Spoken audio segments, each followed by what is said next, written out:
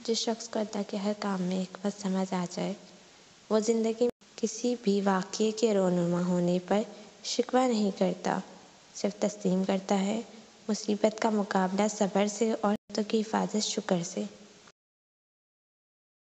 سردار الانبیاء صلی اللہ علیہ وسلم نے فرمایا، نیکی حسن اخلاق ہے اور گناہ وہ چیز ہے جو تمہارے دل میں کھٹکے اور تم اس بات کو گوارا نہ کرو کہ تم اس پر مطلع ہو جائیں۔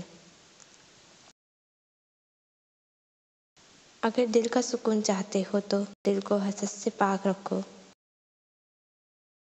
جس گھر کے دروازے رشتہ داروں کے لیے بند اور جس گھر میں رات دیر تک جاگنے اور صبح دیر سے اٹھنے کا رواج ہو جائے تو وہاں رزق کی تنگی اور بے برکتی کو کوئی نہیں روک سکتا۔